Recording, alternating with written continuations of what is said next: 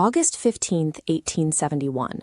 According to internet legend, this is the exact date a shadowy figure penned a letter outlining a precise three-part master plan for global domination. The document claims the First World War would be orchestrated for a very specific reason: to overthrow the Russian czars and turn the country into a fortress of atheistic communism. The Second World War would then be manipulated by pitting fascists against political Zionists, with the explicit goal of using the conflict to destroy Nazism. From the ashes of that second conflict, the orchestrators would ensure political Zionism was strong enough to institute a sovereign state of Israel in Palestine. Finally, a Third World War would be triggered by manufacturing a conflict between political Zionists and the Islamic world, resulting in total mutual destruction and a global social cataclysm. The lore claims this blueprint was written by Albert Pike, a 33rd-degree Freemason, and sent to Giuseppe Mazzini, an Italian revolutionary and the supposed director of the Illuminati. If this document is authentic, it proves the existence of a highly centralized, multi-generational global conspiracy operating behind the scenes of modern history. For decades, conspiracy forums have claimed this exact letter was on display at the British Museum Library in London until 1977. The British Library flatly denies it exists, or ever existed. Then there is the text itself. A letter supposedly written in 1871 uses the terms fascism and Nazism. Fascism as a political term wasn't coined until 1919. The word Nazism didn't exist until 1920. The text is a historical impossibility. It is a retroactive modern hoax, a piece of 20th century fiction grafted on to a real 19th century man. The actual Albert Pike was incredibly well documented, and his life looks nothing like a flawless mastermind. As a young man, he passed his entrance exams to Harvard, then dropped out because he didn't want to pay the tuition.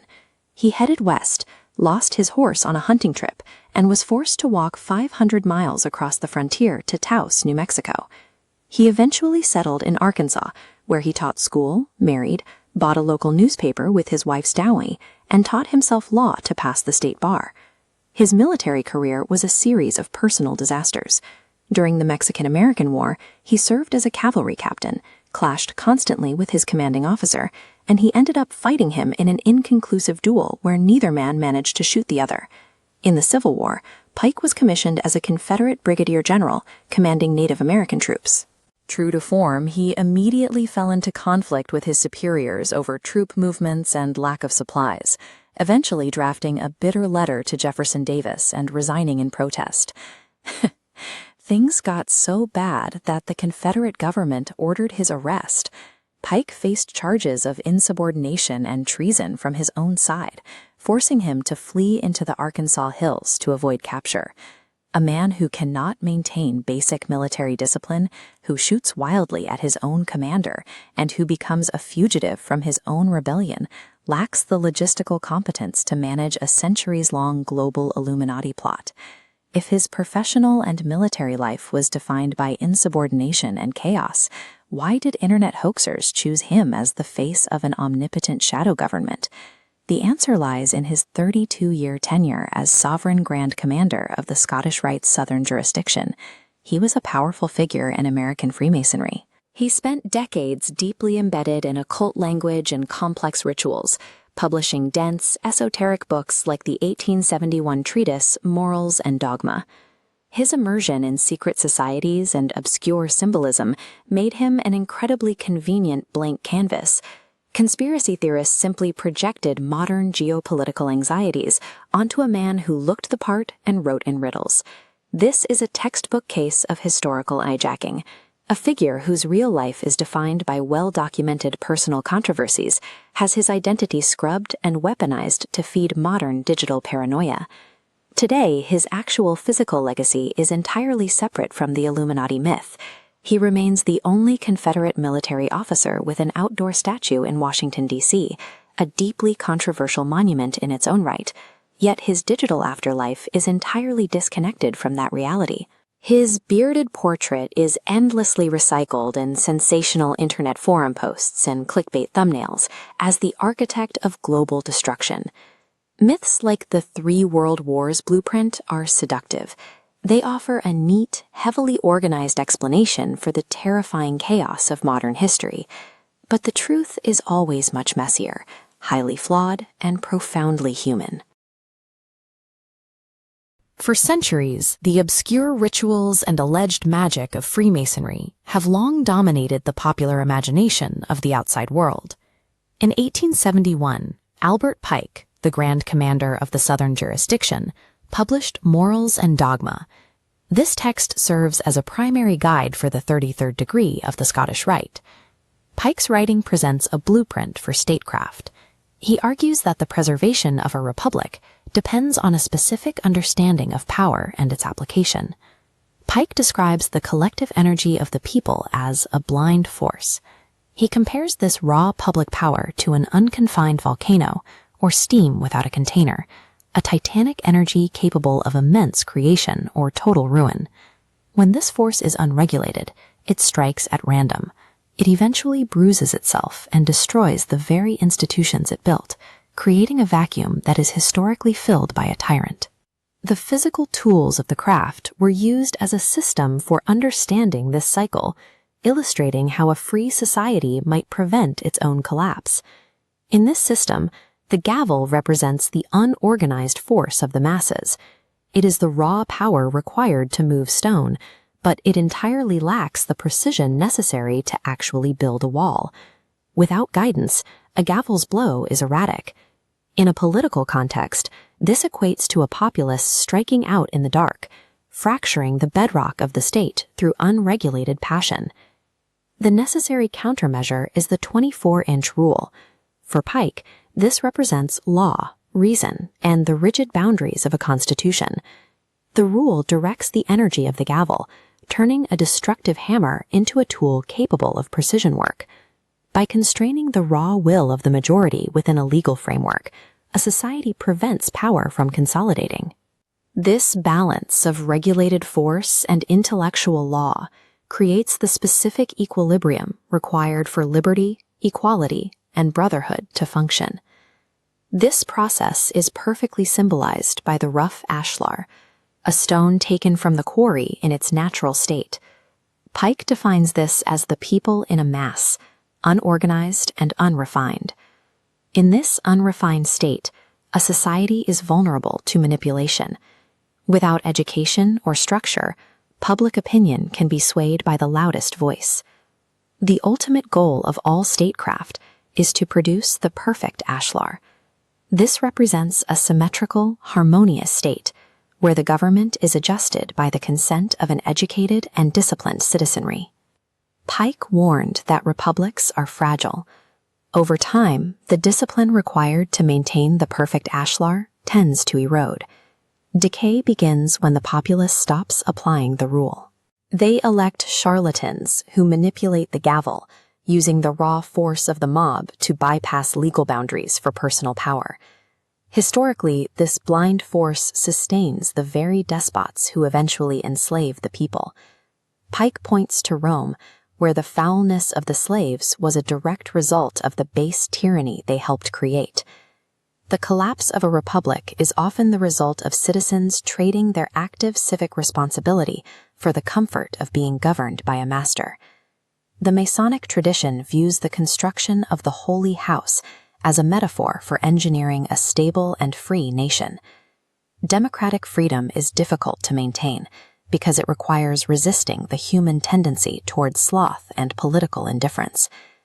Pike argues that a cultivated intellect and universal education serve as the primary defense against the erosion of civic rights.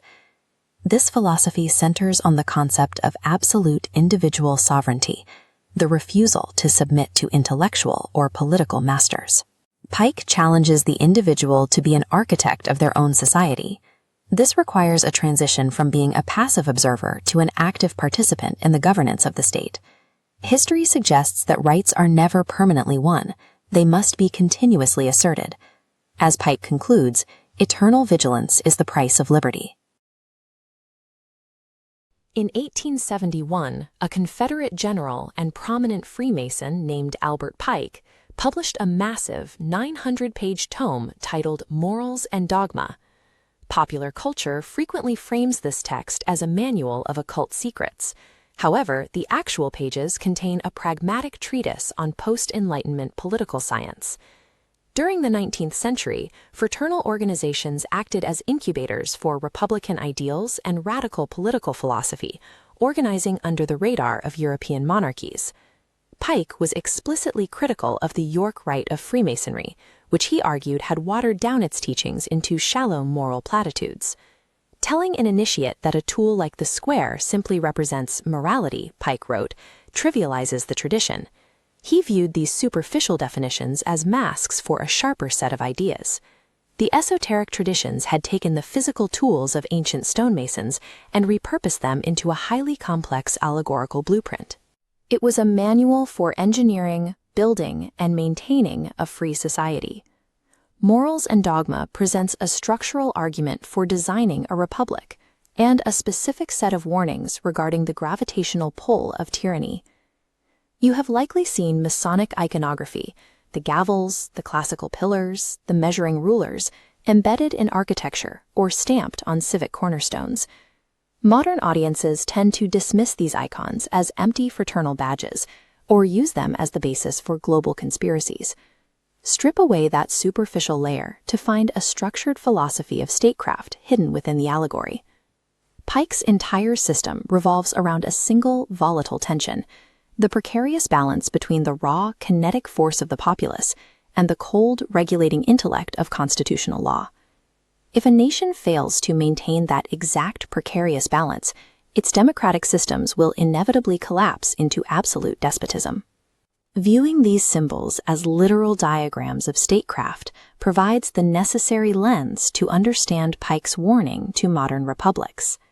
Pike defines force as the immense, driving power of the people. It is kinetic, unorganized energy. Left to its own devices, this raw popular will strikes blindly. It recoils and bruises itself, resulting in ruin rather than progress. Pike compares this unregulated energy to an earthquake, a blinded giant striking at random, or the frenzied mob of the French Revolution, tearing down the Bastille, but leaving a vacuum in its wake. This is the common gavel. In the Masonic blueprint, it represents the brute force of the people. The blows of the hammer are essential for progress, but without limits, those strikes will shatter society into pieces. The systemic antidote to this blind force is intellect. Intellect acts as a conduit. It takes the unpredictable, kinetic energy of the masses and channels it into organized, productive action that builds institutional strength. In the realm of politics, this constraining intellect takes the form of a constitution and the rigid, unyielding boundaries of the law. Pike maps this constitutional boundary to a precise measuring instrument, the 24-inch rule. True liberty exists only when the raw power of the gavel operates strictly within the measured, deliberate limits of the rule. Once the tools of force and law are established, Pike applies them to the actual architecture of the state. He begins with the rough ashlar, an asymmetrical, unworked stone pulled straight from the quarry. This represents the natural, unorganized mass of citizens. The blows of the gavel shape this rough stone, but those strikes are guided precisely by the lines measured by the rule.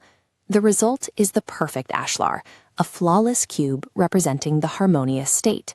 Its geometry maps directly to a functioning government.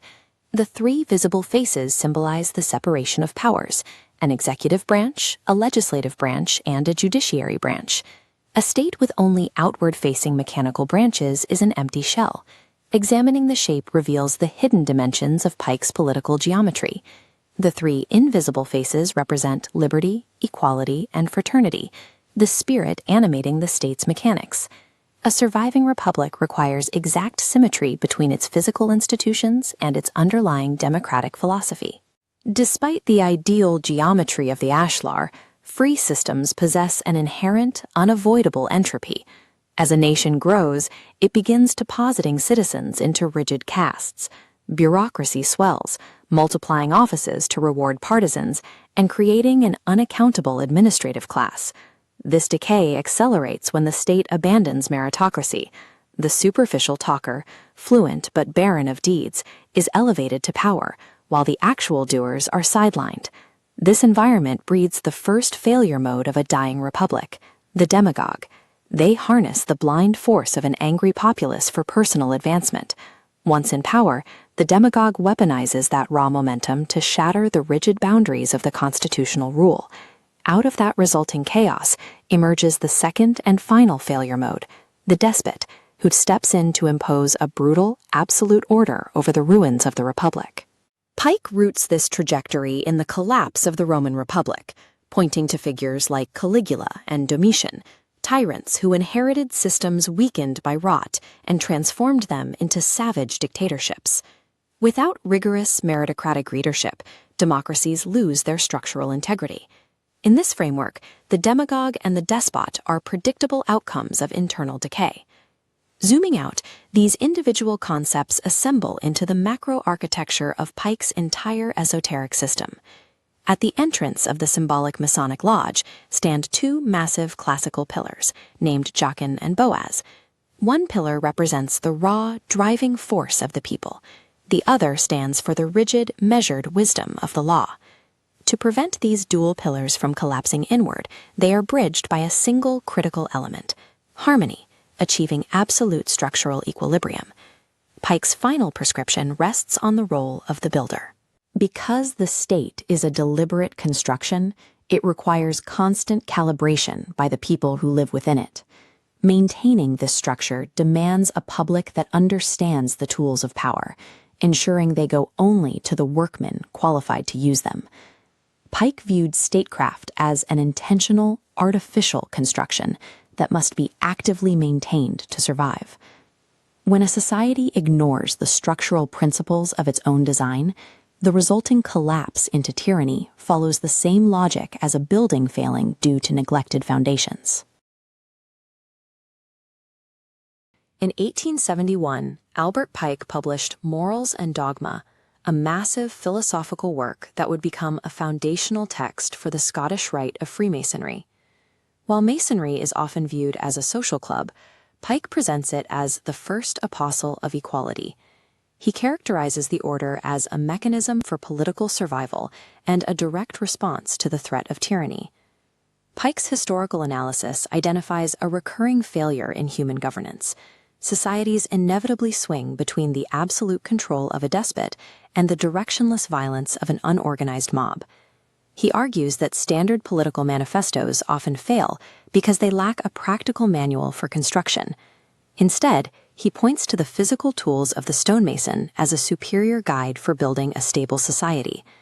Evaluating the mechanics of a lasting republic begins with a look at the specific implements assigned to the apprentice and the fellow-craft.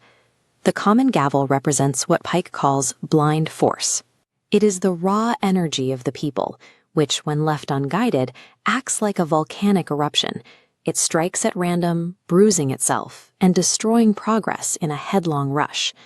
This energy is frequently weaponized.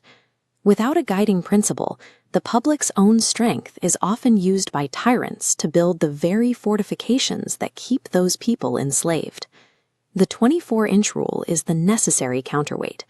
It represents the boundaries of law, the application of intellect, and the requirement of order. For a revolution to produce a permanent result, the force of the gavel must be disciplined by the rule of right.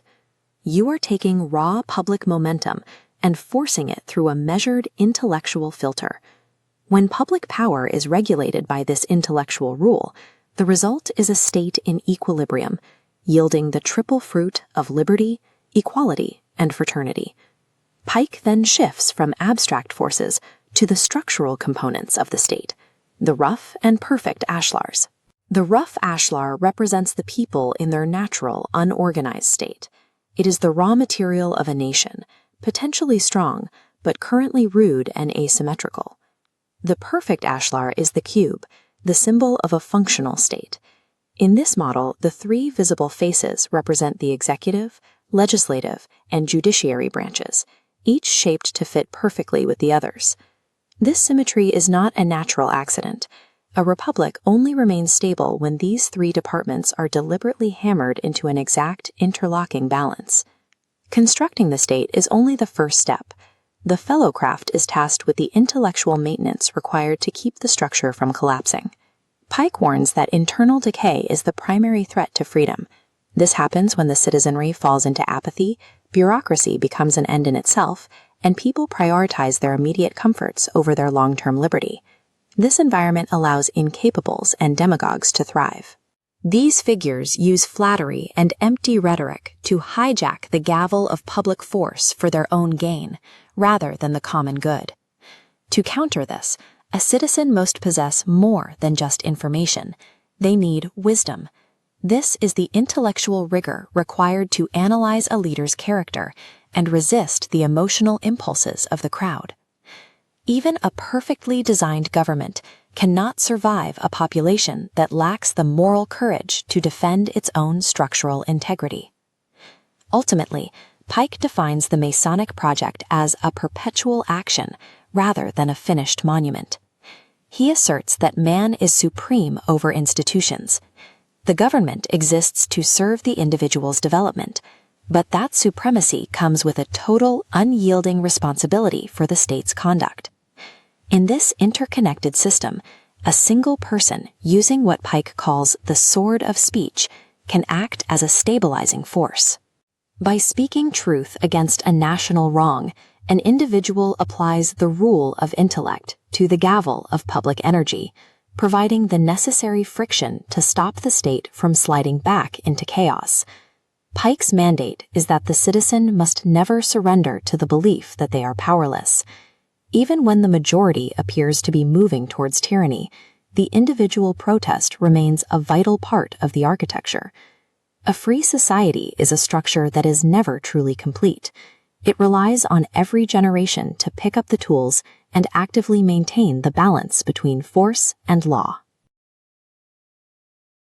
Human energy acts exactly like unconfined black powder. When ignited in the open air, it flashes violently, creating a momentary spectacle of smoke and noise before dissipating into the void. Without a container to direct its pressure, the force is wasted. Published in 1871, Morals and Dogma stands as one of the most misinterpreted intellectual projects of the 19th century. Its author, Albert Pike, a jurist and prominent Freemason, intended the volume as a technical map of civilization itself. Pike's text operates as a rigorous socio-political thesis, looking past the occult mysticism often associated with his name. He employs the architectural tools of the Masonry craft as a specialized language to map the specific mechanics of governance. Writing in a century defined by failed uprisings, Pike addressed the recurring pattern of popular revolutions collapsing into anarchy or devolving into new forms of tyranny.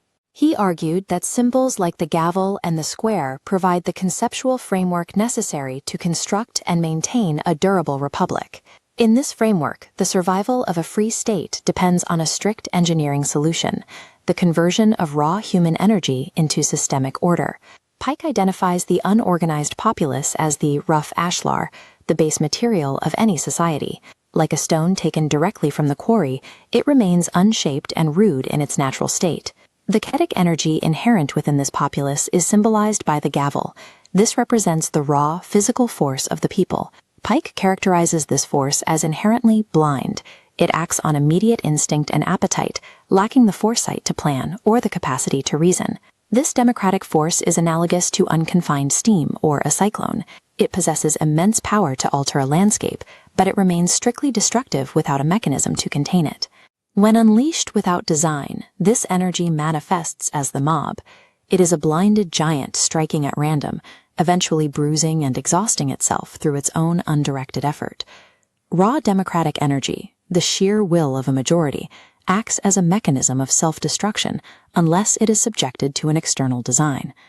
To harness this power, a society requires the 24-inch rule. This tool symbolizes intellect, constitutional law, and the imposition of systemic order. This strict geometry captures the chaotic vectors of the populace, measuring and restricting the people's force. The rule forces kinetic energy into productive channels. Like a steam engine turning destructive pressure into mechanical work, law converts raw pressure to progress. These constitutional limits prevent popular energy from being hijacked by a despot or exhausted in aimless, violent uprisings. True liberty arises when force is perfectly managed and directed by the precise constraints of constitutional law. Subjecting force to law results in the perfect ashlar, the harmonious state. This state takes the form of a perfect cube. Its visible geometry represents the mechanical separation of powers, the executive, legislative, and judicial branches. These faces constitute the outward machinery required to administer the law across a society. The government's mechanical structure is supported by a hidden geometry, the animating soul of the republic. Liberty, equality, and fraternity serve as the invisible moral vitality that provides the state its structural integrity. A sustainable republic is an architectural feat, requiring an exact equilibrium between its cold bureaucratic mechanics and its moral vitality.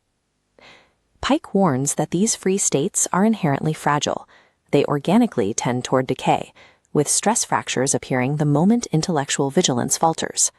Decay begins with citizen apathy, which allows for the rapid swelling and centralization of executive powers. As the system weakens, political life reduces to mere patronage, a condition Pike describes as bribery with office. This systemic corruption elevates the demagogue, a shallow pretender who manipulates the blind force of the masses for personal gain. Pike establishes a rigid historical rule. The demagogue functions as the immediate, unavoidable predecessor to the tyrant. He cites the fall of Rome to the Caesars as the primary evidence of this cycle, where democratic decay inevitably concludes in autocracy. The institutions of liberty are left hollowed out and ruined, serving only as a backdrop for the paranoias of a despot. Democracies are cannibalized from within, mutating back into despotisms once the citizens abandon their intellectual defense of the state. The survival of the republic depends on the broader philosophical environment that supports it. This environment is held up by three great pillars: wisdom, strength, and beauty. Equilibrium is the ultimate objective of this system. It is the steady point where opposing powers find their balance. Force without wisdom is tyranny. Wisdom without force is sterile and impotent. Within this framework, the individual citizen, the true Mason, assumes the role of an active component, bearing the weight of the state's intellectual defense. This duty requires the citizen to filter out the incapable and resist the manipulation of the demagogue through the ruthless application of intellect. Liberty functions as a temporary state of equilibrium, sustained only by the relentless application of intellect against the natural entropic decay of human nature. Albert Pike's Morals and Dogma remains the seminal, famously dense text of the Scottish Rite. Academic tradition often dismisses these 800 pages as a collection of esoteric mysticism or fraternal allegory. However, Albert Pike was a 19th-century lawyer and military officer who wrote during an era of deep constitutional crisis. Beneath the occult symbolism of the Apprentice and Fellow-Craft degrees lies a pessimistic, actionable theory of statecraft. Pike's historical context was shaped by the failures of the French Revolution, which forced thinkers of his time to reconsider the physics of popular uprising. Pike utilized physical architecture and spatial geometry to encode the mechanics of political power. Analyzing these specific geometric symbols reveals a literal blueprint for engineering a republic and preventing its collapse.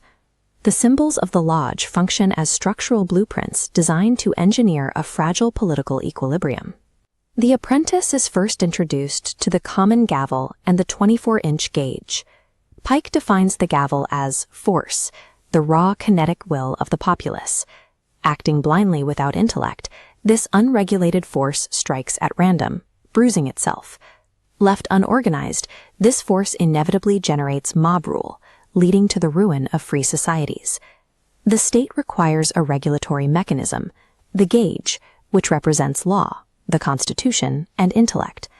To produce societal progress, the kinetic strikes of the gavel must be strictly contained within the mathematical lines of the gauge.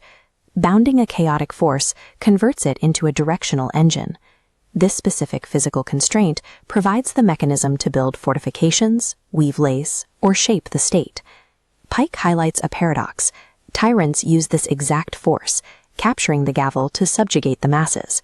Raw democratic force serves as volatile fuel for its own destruction, unless engineered by constitutional intellect.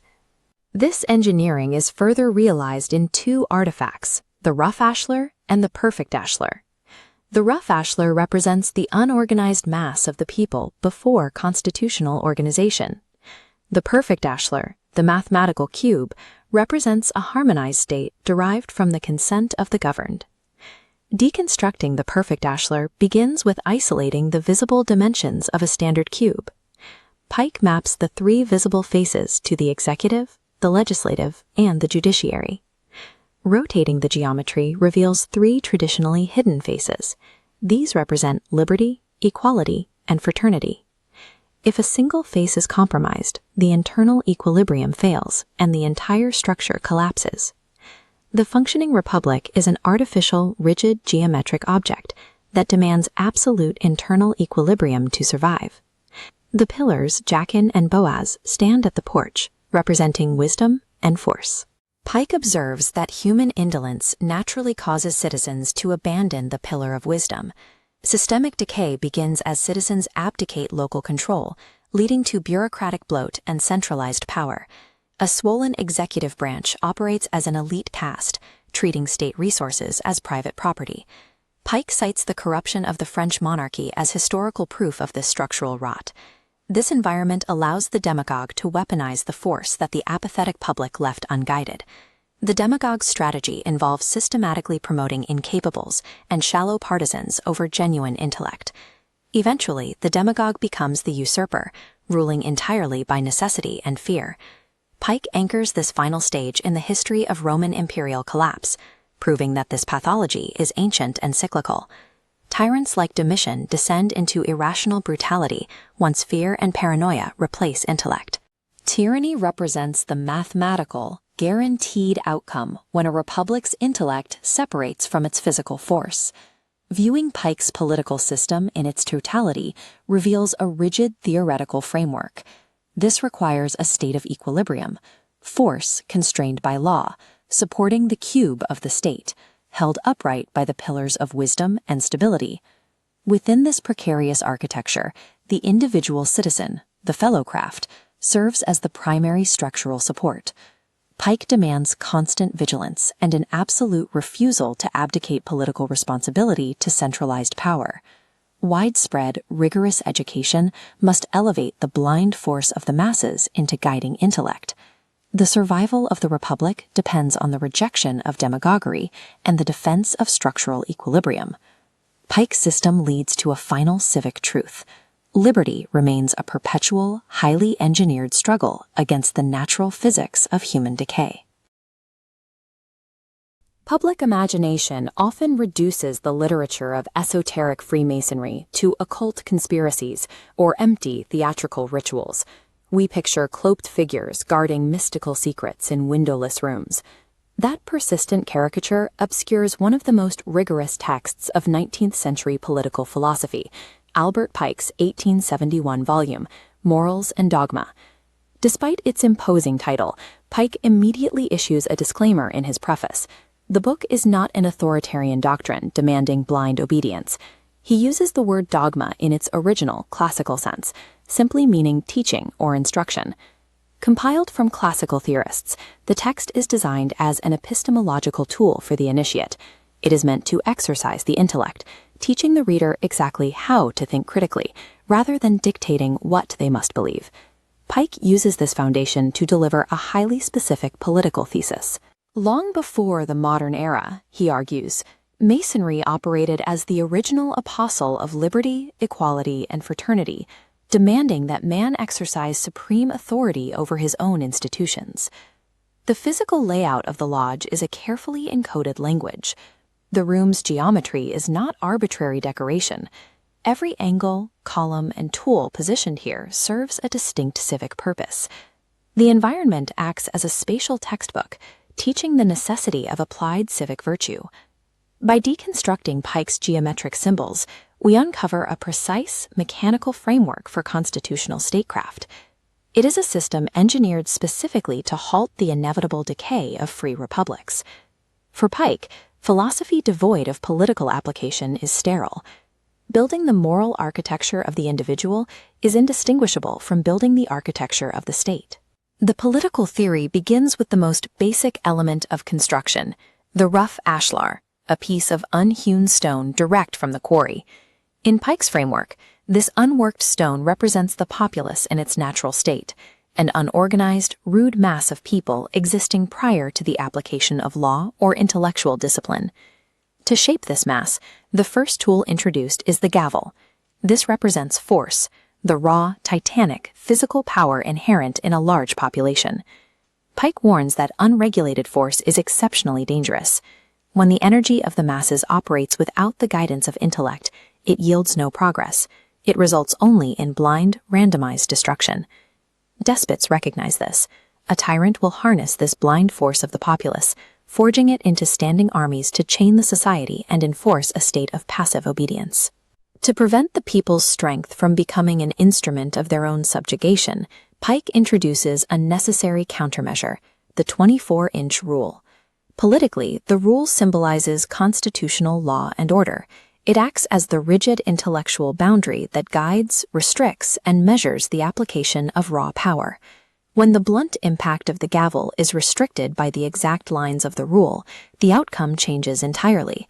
Intellect channels the blind force of the masses the way a steel engine confines steam, directing immense pressure to do precise, constructive work. True liberty requires both elements. Force without the restriction of law is mere anarchy. Law without the backing of physical force is absolute impotence. Striking the rough ashlar with the force of the gavel, measured by the limits of the rule, eventually produces a finished product, the perfect ashlar. This flawless, cubical stone is Pike's ultimate geometric symbol for an ideal, harmonious state, operating under the consent of the governed. If you delineate a cube on a plane surface, you immediately see 3 visible faces. Pike maps these directly to the 3 operational departments of a free government. These are the executive, which enforces the law, the legislative, which creates the law, and the judiciary, which interprets the law and applies it between citizens. But a complete 3-dimensional cube possesses 3 additional, invisible faces at its back and bottom. These hidden dimensions represent what Pike calls the soul of the state. These 3 invisible faces provide the structural vitality of the republic: liberty, equality, and fraternity. Equality in this specific blueprint does not mean reducing all individuals to a stunted, identical level. It requires equal opportunity for all aptitudes and equal weight for all consciences under the law. The mathematical symbolism goes further. A perfect cube consists of 12 lines, 8 connecting points, and 6 faces. This numerical harmony represents the perfect, stable equilibrium between the infinite power of the deity and his infinite wisdom. The perfect ashlar functions as a legible, mathematical blueprint for a balanced, self-governing constitutional republic. This geometric state must be physically protected at its entryway. On the Masonic chart, this protection is represented by the 2 massive pillars flanking the porch. The pillar on the right is named Yakin. Linguistically, Yakin translates to active, vivifying energy. It represents the Titan strength, the momentum, and the physical industry of the people. The pillar on the left is Boaz. Boaz represents passive stability, permanence, and the refining grace of the intellect. Together, they illustrate Pike's universal rule of equilibrium. Harmony, whether in the physics of the natural world or the morality of human civilization, only exists through the constant tension and opposite action of contraries. A nation must support itself on both pillars. It must combine the warlike, industrial force of the masses with the stabilizing beauty of the arts, the sciences, and the law. If a society leans entirely on brute force or entirely on passive intellect, the tension breaks, the entryway collapses, and the structure of the republic falls with it. The Fellow-Craft degree delivers a severe warning about political entropy. Due to the natural indolence of human nature, free states possess an inherent tendency to abandon this equilibrium and drift towards centralization. As the republic ages, intellectual rigor inside its legislative assemblies decays. Deliberation is replaced by an inexhaustible flow of rhetorical babble, creating the mere illusion of action while the machinery of state paralyzes. This paralysis creates a vacuum, quickly filled by the demagogue. Thriving on unscrupulous partisanship and shallow pretense, the demagogue expands bureaucratic power exclusively to reward loyalists and consolidate control. Pike observes a strict historical rule. The demagogue is always the immediate predecessor to the despot. One springs directly from the other's loins. The history of Rome proves the cycle. The violent partisanship of Marius and Sulla paves the way for Cicero the rhetorician, which inevitably results in Caesar the dictator, ending finally in the lunacy of Caligula and Domitian. In this despot phase, the state is thoroughly brutalized. Absolute power, terrified of losing its grip, relies on cruelty, base corruption, and terror to maintain authority. Pike points to the later dynasties of Europe for further evidence. Effete monarchies, like that of Louis XV, dwindled into imbecility, entirely detached from the realities of the nation. These decaying regimes utilize the authority of the church and the absolute power of the throne to crush the populace, reducing citizens to beasts of burden ground beneath the weight of taxation and arbitrary arrest. When populations accept this overreach, they fall into a deep, apathetic trance of servitude. This silence is only broken by sudden, frenzied fits of violence, resulting in slaughters like the Eve of St. Bartholomew. Without eternal vigilance, the thermodynamics of human nature exert a gravitational pull. Even the most perfect republic will eventually degrade, collapsing backward into the bloody, unorganized chaos of the rough ashlar. To fight this decay, Pike divides human philosophy into two regions: the dialectic, which is the realm of theory and intellect, and the ethic, the realm of action and morality. He argues that understanding the precise geometry of the state is entirely worthless if a person remains ethically inactive. A citizen can be dialectically sound, yet practically useless. The ultimate duty of the initiate is not to sit passively. It is a strict mandate to step forward and actively oppose tyranny, to fight the corruption of Caiaphas, the unjust laws of Draco, and the imperial overreach of Tiberius. This requires stepping into the messy, unglamorous struggles of daily public life. It demands that citizens hold the state accountable, demanding merit over partisanship at the door of every public office. The final symbol of this duty is the blazing star of 5 points. In the tracing board, this star stands as the permanent emblem of liberty and freedom, burning with a steady radiance even through the weltering, chaotic elements of social revolution. It acts as the guiding light for the intellect. It promises serene skies and fertile seasons to a nation, but only after the storms of change have been navigated by men of resolute action. Morals and Dogma defines the ultimate architectural achievement as the sovereignty of man over himself, maintained through unyielding ethical action. Look at history, and you'll see a constant pendulum swing. On one side is the raw, explosive anger of a mob tearing down the gates. When millions of people act together without a shared intellect or a guiding law, that collective energy is like a blinded giant. It strikes at random, bruising itself and falling over the rocks of its own impulse. Then the pendulum swings back. To stop the chaos, state power hardens into a dictatorship. A single despot harnesses that raw human energy, turning society into a silent, perfectly synchronized engine of slavery. In 1871, a man named Albert Pike published Morals and Dogma. He proposed a philosophical escape from this cycle of destruction. Pike's lectures framed the lodge's rituals as a practical manual for governance, turning ancient allegories into an interrogation of how power actually works.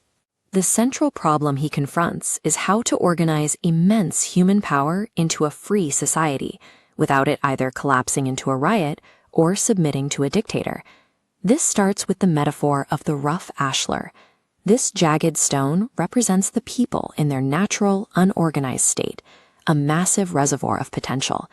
That rough mass must be worked into the perfect ashlar. This smooth block represents the state, where government is harmonious and its powers are adjusted. The mechanical challenge is figuring out how a society takes a hammer to that rough rock to shape it into a functional, governing cube. The tool for this is the gavel, symbolizing the force of the people. It has the power to build cities, but if it strikes blindly, it only shatters the stone it's trying to shape. That force is wasted unless it is constrained by the 24-inch rule. This tool represents strict law and the limits of a constitution. The gavel alone is just a hammer. But when its blows are restricted to the precise, measured lines of a rule, a law that applies to the ruler as much as the ruled, force is transformed into justice. This measured movement, where power is channeled instead of scattered, is the mechanism that produces liberty and equality. For a democracy to survive, the people's energy must be bound by this constitutional gauge, or it will inevitably destroy the very structure it is trying to build. Ancient temples were built with two massive pillars at their entrance, known in the lodge as Jachin and Boaz. They represent the concept of political equilibrium. One pillar stands for the strength and populace energy of the masses, the engine that moves society forward. The second pillar represents governing wisdom and intellect, the steering that keeps society on course. Pike argues that if these two pillars are not perfectly balanced, the entire architecture fails. If the populist force overwhelms the intellect, the society collapses into chaos. If the intellect rules without force, it becomes a brittle tyranny. A free republic requires the raw power of the people and the steering wheel of elite wisdom to maintain its balance over time. Pike warned that democracies often rot from within long before they fall to an enemy. They begin to sink into a babel of tongues, where rhetoric is used to hide thought rather than express it. When a republic becomes lazy, it stops promoting men of true intellect. It begins to reward the superficial and the showy, promoting the incapable to high places, because they are easier for the masses to digest. This intellectual decline creates the demagogue, a charlatan who uses speech as a trade, fawning over the mob to steal its power. History shows a predictable sequence. The demagogue hollows out the state's intellectual defenses, acting as a mere incubator for the despot. A flawed republic is noisy and frustrating, but the despot who follows is a creature of fear and secrecy. He emerges from solitude only to turn the nation into a graveyard. When a nation allows its political intellect to decay, it is essentially choosing a monster to restore the order it lost. The Masonic antidote to this decay is a system of absolute, uncompromising merit. The principle is simple: the tools to the workman. Pike argues that a state's only hope is to ruthlessly prioritize putting true intellect and large sympathies into positions of power. This requires eternal vigilance. Citizens must educate themselves and reject flattering political tricksters, recognizing that true wisdom is a sacred communion, not a marketing campaign. Self-governance is slow and frequently indecisive, but that friction is the only shield humanity has against the absolute efficiency of a dictatorship. Ultimately, the survival of the state is not a matter of laws on paper, but the inner psychological world of the citizen. Civil freedom cannot exist if the individual is enslaved internally by their own ignorance, greed, or base passions. The lodge room is a symbolic model for the human mind, requiring everyone to balance their inner force with philosophical wisdom. The checkered floor represents the constant warfare between light and shadow, freedom and despotism, occurring within every conscience. You cannot build a perfect ashlar out of crumbling stone. An enduring republic requires a nation of individuals who have first conquered themselves. When you hear Freemason, you probably picture a shadowy cabal plotting global control. It's a popular myth, faceless figures deciding the fate of nations. The actual philosophy of the order is hidden in plain sight. In 1871, Albert Pike published his work Morals and Dogma, a foundational text for the Scottish Rite that serves as a diagnostic manual for a civilization.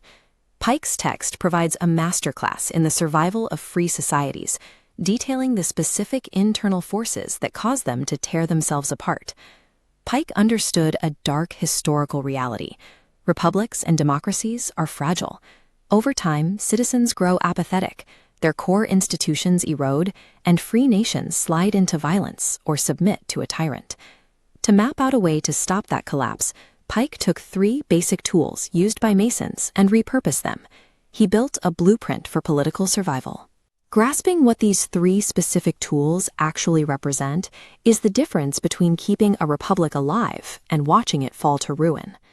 The first tool in Pike's survival guide is the common gavel, the heavy hammer used by Masons to break off the rough edges of a stone. While traditional teachings link the gavel to the removal of individual vices, Pike redefines it on a national scale. To him, the gavel represents the raw, blind force of the masses. This unregulated public force is pure, volatile energy, like a volcano or earthquake. When panic strikes in the dark, the random blows create destruction rather than growth. This directionless mass energy leaves society highly vulnerable and easily manipulated. Throughout history, despots like the French King Louis XIV have harnessed this exact public fury to build their own fortifications. They take the raw muscle of the crowd and use it to crush political opposition and enforce blind obedience. The sheer strength of the populace, without a guiding intellect, simply becomes the hammer tyrants use to forge the people's own chains. That brings us to the second tool, the 24-inch rule, or measuring gauge. If the gavel is raw force, the rule is the intellect, the constitution, and the law. It takes the chaotic energy of the crowd and snaps those vectors into a strict parallel alignment. It turns destructive power into focused forward momentum. Pike warns that you can spot a decaying republic by watching what happens when society abandons the strict constraints of this rule. The symptoms are specific. The public starts electing shallow demagogues. Greed replaces duty, and the people Pike calls incapables, the corrupt and the profoundly unqualified, are elevated to the highest offices of the state. This political rot rarely looks like oppression at first. It is usually celebrated as the ultimate expression of the popular will, blinding citizens to the danger right up until the system collapses. Force exerted without the rule is anarchy, but force bound tightly by the strict limits of the rule produces liberty. Look at this engraving to see the objects the gavel and rule act upon, the ashlars.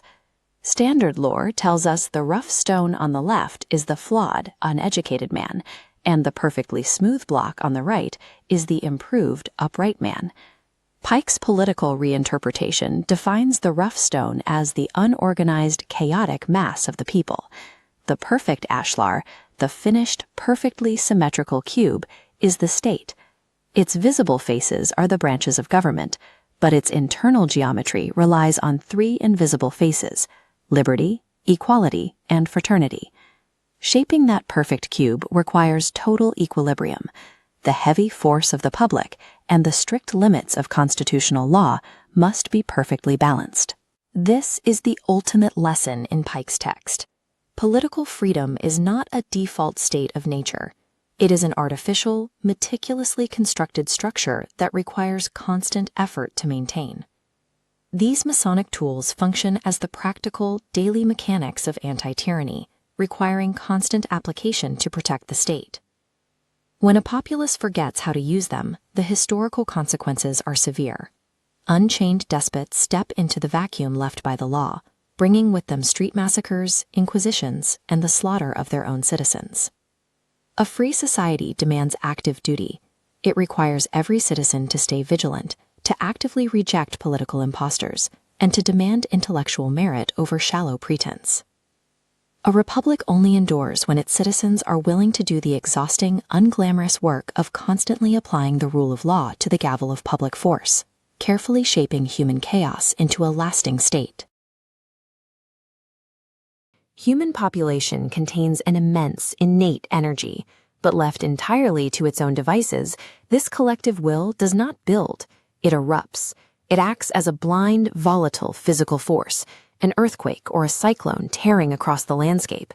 Because it lacks a brain, this unregulated energy strikes in the dark. It batters the air at random and ultimately collapses inward, bruising and destroying the very people who attempt to wield it. In 1871, a man named Albert Pike attempted to solve this problem of raw human volatility. He published his conclusions in a massive, dense volume titled Morals and Dogma. Pike's text operates as a rigorous, deeply cynical work of political science, stripping away the spiritual veneer to reveal the hard mechanics of statecraft. Pike was obsessed with a single practical question. How do you take the raw, chaotic energy of millions of people and bind it into a sustainable, free republic, without that republic immediately decaying into mob rule or surrendering to a dictator?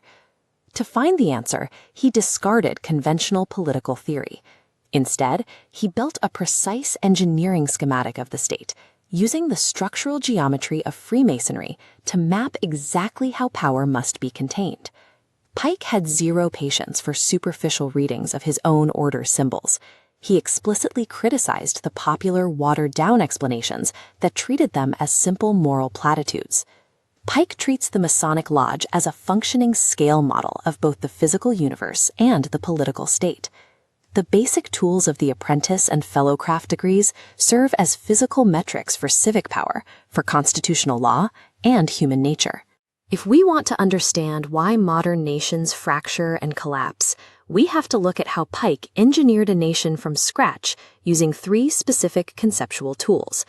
We are going to reconstruct Pike's perfect republic, beginning with the absolute bedrock elements of human society: raw force and pure intellect. Pike identifies the first variable of political mechanics as the common gavel. This represents the brute, unrefined force of the populace. This heavy, physical energy is necessary. It is the only force capable of battering down entrenched despots and tearing apart the fortifications of a tyrant. But this energy carries a fatal flaw. When a mobilized population simply strikes out in anger, its momentum exhausts itself. The rebellion succeeds, but it immediately devolves into a chaotic mob, replacing the old tyrant with 100 new ones. To prevent this, Pike introduces the second variable, the 24-inch rule. This represents constitution, law, and intellect. Intellect must act as the brain directing the public's muscle. It sets the boundaries and channels the explosive energy of the crowd toward permanent, structural results. Think of the difference between an erupting volcano and a steam engine. The engine captures that same violent, expansive pressure, but forces it into a highly constrained mathematical system to drive heavy iron wheels and weave delicate lace. Force without law is anarchy, but when the massive strikes of the gavel land strictly within the measured lines of the rule, actual liberty begins to take shape. Pike visualizes this unorganized, uneducated population as the rough ashlar, an asymmetrical, jagged stone pulled directly from the quarry. By applying the precise measurements of the rule and the heavy strikes of the gavel, the erratic, chaotic elements of the populace are chiseled away. A constitution is drafted, laws are enforced. The result is the perfect ashlar. In Pike's text, this perfectly smooth mathematical cube is the literal symbol of the state. A cube has exactly 6 faces. For the state to function, Pike argues it must contain 6 distinct interlocking components. The 3 visible faces represent the mechanical separation of powers. You have the executive, which enforces the laws, the legislative, which writes them, and the judicial, which interprets them. But a cube has 3 hidden back faces. These represent the internal vitality and soul of the republic: liberty, equality, and fraternity. These are not independent concepts. If any single face of this block is warped, compromised, or unequal in size, the geometric perfection shatters. The block cannot bear weight, and the state collapses. Pike's free state is an engineered, interdependent structure. The physical mechanics of governing and the abstract principles of moral philosophy are geometrically locked together to form a single solid object. But you cannot simply carve this perfect ashlar and leave it alone. To remain standing, the state requires a highly specific environment of continuous tension. Pike illustrates this necessity using the 2 massive bronze columns that stand at the entrance of the Masonic Lodge, modeled after the porch of King Solomon's temple, Jachin and Boaz. The right pillar, Jachin, represents active energy and force. This is the momentum of the populace, the restless drive for innovation and change. The left pillar, Boaz, represents passive stability. This is the rigidity of written laws, deep-rooted institutions, and permanence. Pike's definition of harmony is strict. It is never the absence of conflict. True political harmony is the exact agonizing equilibrium achieved by locking these two contrary forces in direct opposition. A functioning republic is therefore an artificial, high-tension system. If the population's active energy overpowers the system, society dissolves into anarchy. If the institutions become too rigid and crush the active energy, society freezes into despotism. Despite this perfect geometry, Pike issues a fatalistic warning.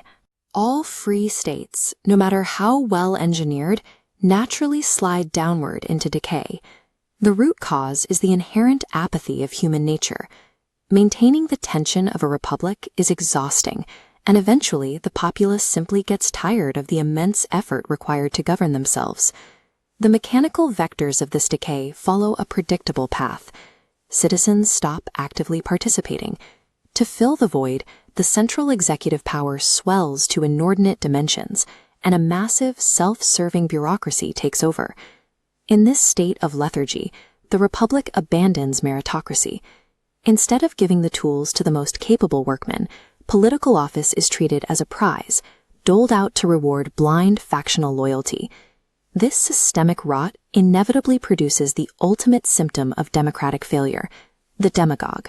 A creature of imposture who secures power not through intellect or capability, but by hiding behind an inexhaustible flow of babble and rhetoric, violently splitting the architecture of the state. This specific type of collapse is unique to democracies. Absolute monarchies and dynasties rot differently. They dwindle out over generations, suffocated by sycophants, unchecked luxury, and effete incompetence. But in a republic, Pike outlines a rigid historical law. The demagogue is always the direct predecessor to the despot. When incapable men seize the machinery of government, their own fear of losing power makes them inherently cruel. We know exactly how this ends. The state reverts to the terrifying, blood-soaked paranoia of the worst Roman emperors, men who seek out darkness, driven by a brutal, cold insanity to slaughter any perceived threat. Whether it is driven by the vanity of kings or the exhausted ignorance of a democratic mob, the failure to maintain the geometry of the state always ends in tyranny. Pike's thesis leaves us with a grim reality. Constitutions, laws, and perfect structural geometry are entirely insufficient to prevent decay on their own. The perfect ashlar has the dry rot of human frailty built directly into the stone. A republic is not a self-sustaining machine. The alternate antidote to systemic collapse cannot be found in a government institution. It relies entirely on the active, uncompromising intellectual exertion of the individual citizen. The blazing star serves as the emblem of free thought, projecting a steady, defiant radiance against the dark, weltering elements of revolution and chaos. The preservation of the state depends on the individual's refusal to surrender their intellect and conscience, whether to the demands of a monarch or the hysteria of the mob. Morals and Dogma leaves us with a stark, binary choice. We either step up and do the grueling work of maintaining the geometry of freedom, or surrender to the blind, crushing force of history. The Scottish Rite of Freemasonry offers a practical framework for dismantling tyranny.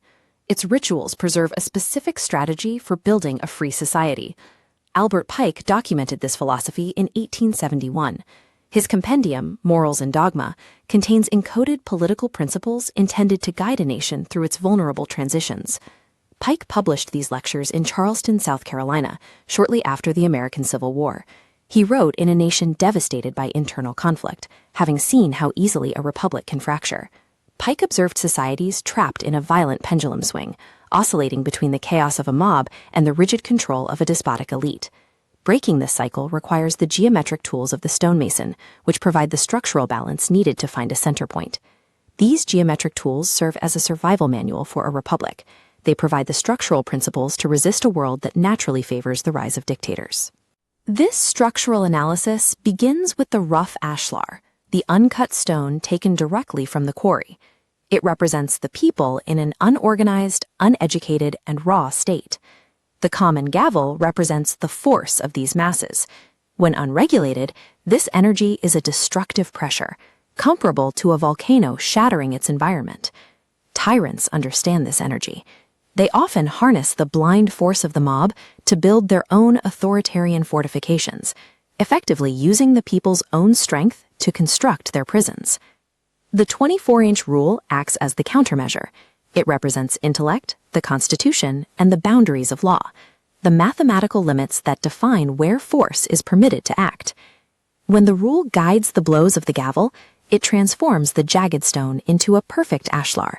It creates a balanced, structurally sound state by shaving off the rough edges of raw power. True political power comes from channeling the explosive force of the masses through the strict limitations of the law.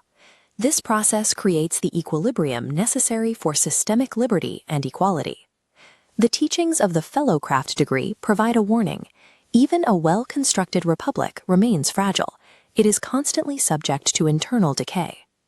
Democracies rot when the public promotes the shallow, the impudent, and the corrupt to high office. This shift happens when the citizenry stops valuing wisdom in its leaders. This decay creates an environment for the demagogue. These leaders use flattery and public manipulation to rise, turning the mechanisms of a republic against itself. History shows that the demagogue is the unavoidable predecessor to the absolute despot. The collapse of the Roman Republic into the reign of the Caesars followed this exact path. Structural laws cannot save a society on their own. A free republic requires a citizenry with the wisdom to detect and reject the demagogue before the system fails. All Masonic symbolism rests on one foundational truth: man is supreme over institutions, and not they over him. Maintaining a free society is a constant, artificial effort. Like a garden carved from a jungle, it requires daily labor and relentless vigilance to prevent authoritarianism from reclaiming the soil. Intellectual laziness, an obsession with material wealth, and the surrender of personal responsibility to central bureaucracies jeopardize this stability.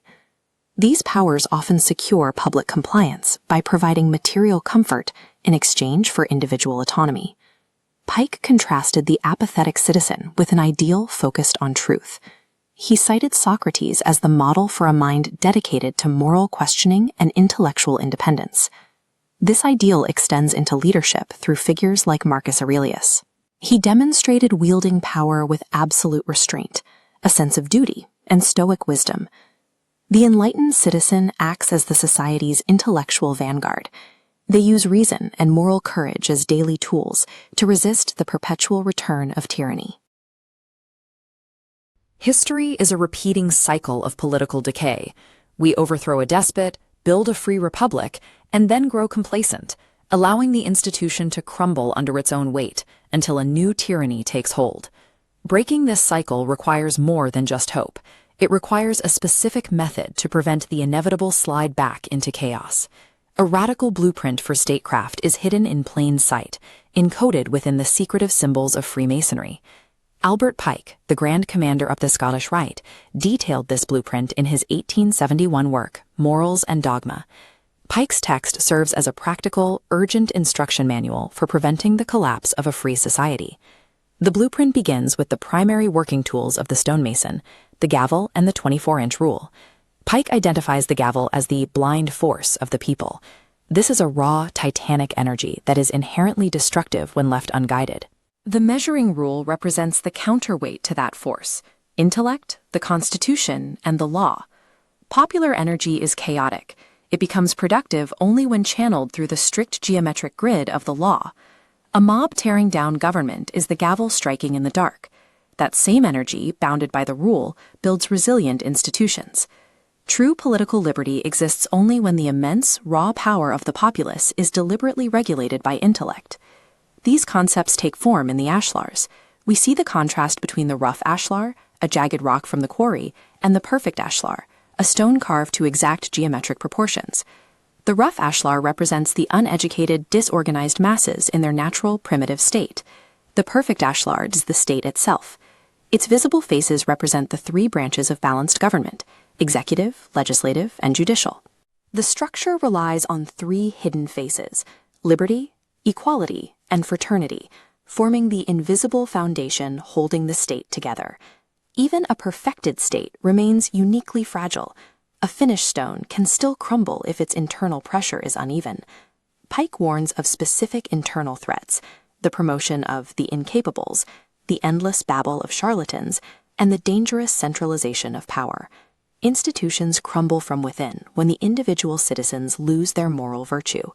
The structure is only as sound as the people who comprise it.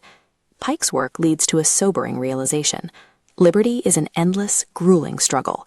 When a population surrenders its responsibilities, they trade this struggle for the passive life of a subject. They return to the rule of a single ruler, like King Louis XIV, who viewed the very shirts on their backs as his personal property. Pike's command to avoid this fate is simple: the tools to the workman. Citizens must be active participants in statecraft, not passive consumers of it. A nation's strength relies solely on the intellectual and moral rigor of its people. Without this internal strength, constitutions and wealth offer no protection against decay. We are simultaneously the rough stone and the sculptor. We are tasked with the violent work of chipping away our own ignorance to preserve freedom. When people hear the word Freemason, they picture an archaic secret society, a shadowy gentleman's club obsessed with esoteric rites, hidden handshakes, and mystical aprons. But to understand the actual mechanics of the lodge, we have to look to Albert Pike and his 1871 masterwork, Morals and Dogma. Pike's massive text reveals that Masonic symbols are an encrypted 19th century curriculum for statecraft. It is a manual designed specifically to ensure the survival of free nations. He identifies a fatal historical trap.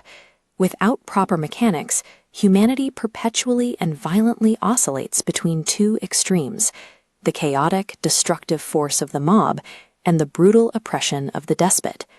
The escape route from this endless cycle hides in plain sight. It is carved into the ancient physical tools resting on the Masonic altar. These stonemason tools serve as a tangible, spatial map for building a stable republic. Pike defines the rough ashlar, the unpolished stone, as the unorganized, easily manipulated masses.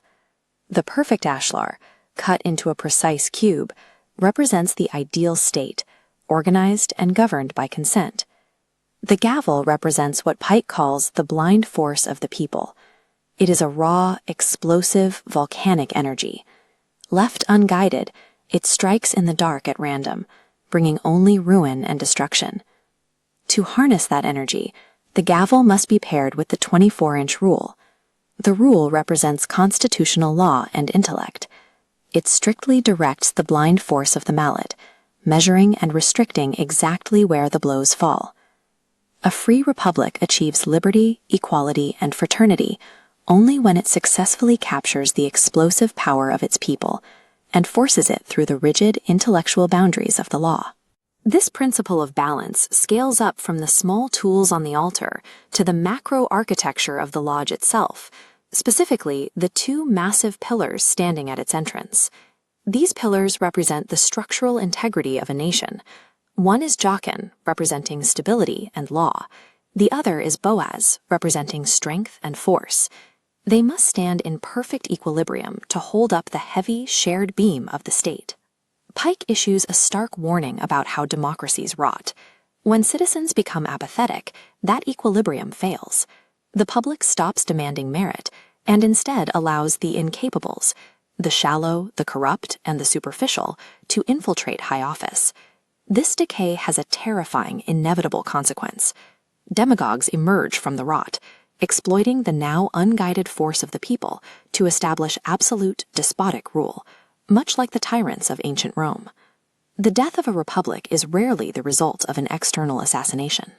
It is almost always an internal structural collapse, triggered the moment a citizenry abandons merit, intellect, and vigilance. This is why Masonry considers itself the first apostle of equality.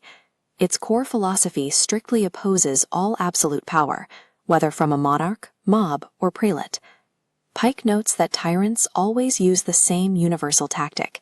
They manufacture a crisis, declare a necessity, and use the resulting fear to convince the masses to willingly surrender their own liberties. The primary countermeasure is recognizing that a free republic is inherently fragile. It cannot run on autopilot, It requires continuous, highly educated vigilance from its people to survive. Pike outlines a law of proportion, where even the humblest citizen holds immense power. A well-spoken word or a single, seemingly small act can fire the train that alters the entire destiny of a nation. But this requires action. The core Masonic prescription is that the tools belong to the workman. Hoarding political knowledge without putting it into practice in the real world is a complete failure of duty. True wisdom isn't the ability to decode ancient symbols or recite complex political theory. It is the active, physical courage required to step onto the battlefield of a free society and actually wield those tools. People usually think of Freemasonry as a secretive club with arcane rituals and hidden handshakes, but its historical curriculum was designed to solve a very real, practical problem. In 1871, Albert Pike published Morals and Dogma. While it served as a manual for the Scottish Rite, it was written as a rigorous blueprint for the survival of free societies. Pike observed a historical cycle. Human societies constantly oscillate between the crushing weight of absolute despots and the total collapse of anarchic mob rule. A population naturally generates immense social and political power. Yet, historically, when this raw, blind energy acts without direction, it acts like a natural disaster, tearing apart the very civilization that wields it. To escape this cycle of destruction, Pike argued that a free state cannot be left to chance. It has to be deliberately constructed, employing the same strict engineering principles a master architect uses to raise a grand cathedral. Masonry uses physical, stoneworking tools to illustrate this political science. By examining 3 sets of these symbols, we can see the logic required to maintain a free republic. The first artifacts laid out in the lodge are the common gavel and the 24-inch rule. Pike defines the gavel as the brute, unorganized power of the masses. Unregulated, he warns, this power strikes in the dark. It is a volcano or a cyclone, wasting its energy and bruising itself in the process. Against this chaotic energy sits the measuring rule. This tool represents intellect, the careful measurement of rights, and the strict boundaries of constitutional law. If the heavy, swift blows of public force are guided to fall precisely within the lines drawn by legal limits, that destructive energy is captured. It ceases to be a weapon and becomes a functioning engine of progress. A civilization achieves liberty, equality, and fraternity only through this exact equilibrium, public power operating entirely within the strict limits of the law. The curriculum moves to the building blocks, the rough and perfect ashlars. The uncut stone represents the populace as an uneducated mass acting on chaotic instinct. The polished cube stands for a stable state where powers are strictly balanced. A government reaches this structural stability only when its branches sit in complete equilibrium, and the authority of its rulers is derived from the consent of the people they govern. The final set of symbols in the curriculum combines the square and the compass. The square is used exclusively for drawing angles on a flat plane. It represents the physical earth, the human body, and the material economic realities of a nation. The compass, however, draws circles. It is used to map the spheres and the heavens, standing in for the intellect, the soul, and the moral philosophy of a society. Pike issues a direct warning here. If a nation devotes all its energy to the square, obsessing over commercial interests and physical wealth while neglecting the compass, it creates a system of monstrous opulence for a few and monstrous misery for the rest. A state built entirely on material gain, devoid of a moral intellect, rots from the inside. It becomes a hollow structure, perfectly primed for exploitation by demagogues and eventual tyrants. A flawless architectural blueprint means nothing if the laborers executing it are negligent. The text ultimately shifts the burden of survival from the systemic design onto the daily actions of the individual workman. Pike identifies a specific rot that destroys free governments. It begins when a populace hands political power to superficial charlatans, choosing them over individuals with solid learning and intellect. History provides the receipt for this exact failure. When a society consistently rewards the shallow and the fraudulent, the citizens slip into helpless apathy. The republic's internal structures decay, and a usurper inevitably steps into the vacuum to seize absolute control. This rot reveals an inherent hierarchy. If a republic's survival depends entirely on the character of its citizens, then the state is merely a reflection of the people. Pike's conclusion is that man is supreme over institutions, not institutions over man.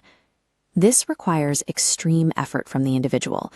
Maintaining a free state is not a passive inheritance.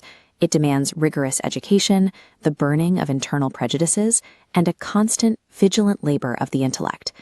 These symbols remain active tools in an ongoing struggle against political usurpation, public ignorance, and civic apathy. The ultimate challenge laid out by Pike is that the great monument being constructed is human civilization itself. The survival of a free world depends entirely on whether every citizen is willing to show up to the job site and do the work. Public anger often functions like a subterranean explosion.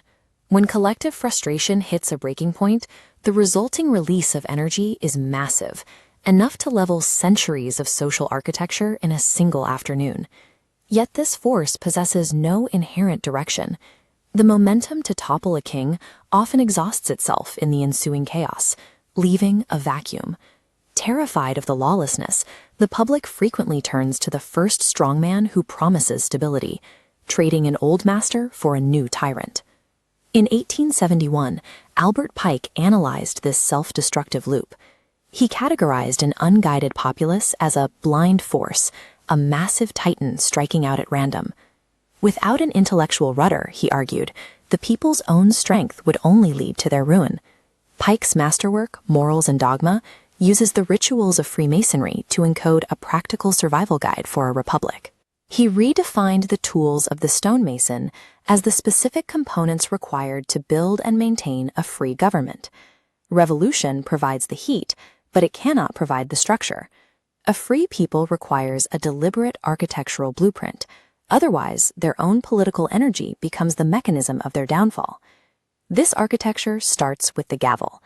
Pike assigned this tool to the raw, unthinking power of the masses. It is the blunt force of the popular will, capable of striking hard, but lacking direction. For this power to be productive, it must be constrained by the 24-inch rule.